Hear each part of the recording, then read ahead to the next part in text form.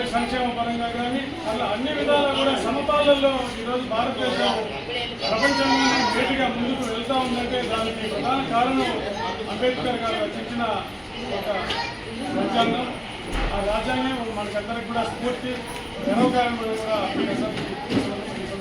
చేసుకుంటూ మన అంబేద్కర్ గారు మన భారతీయుడు అయిన దానికి మనం అందరం కూడా గర్వించే రోజులు కూడా వచ్చాయని కూడా మీకు అందరికీ తెలియజేసుకుంటూ మనం కూడా మీరు చూశారు మన రాజ్యాన్ని కనుగొనగానే మనం మంచి పరిపాలన కూడా గ్రామ పంచాయతీలో అందిస్తూ ఎక్కడ కూడా అభివృద్ధి సంక్షేమం విషయంలో కుల మత అదేవిధంగా రాజకీయాలకు అతీతంగా కూడా మనం పంచాయతీ ద్వారా అన్ని మంచి కార్యక్రమాలు కూడా ప్రజలు కోరుకుంటున్న విషయం మీకు అందరికీ కూడా తెలుసు.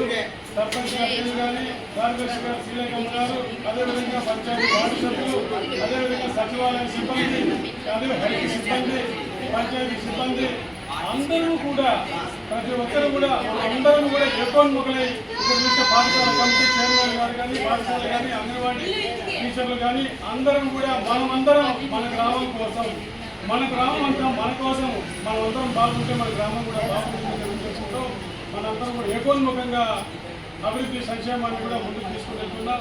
మన గ్రామ పంచాయతీలు చూస్తున్నప్పుడు ఏ కార్యక్రమం తీసుకున్నా ఏది కూడా తక్కువ లేకుండా అన్నీ కూడా సమపాలనలో మనం ఇస్తున్నాం.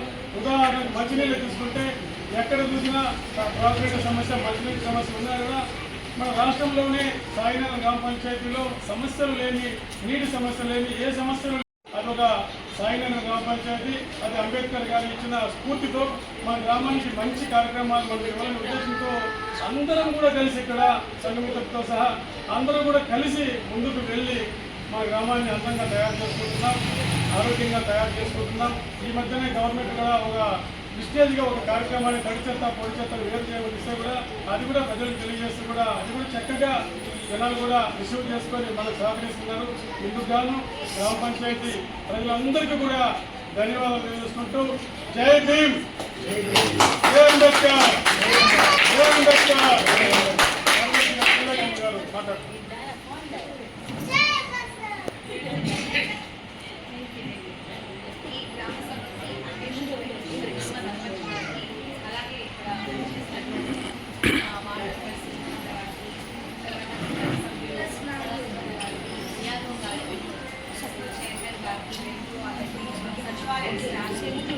పంచాయతీ స్టాఫ్కి గ్రామ ప్రజలందరికీ కూడా చిన్న పిల్లలకి కూడా అందరికీ నమస్కారం.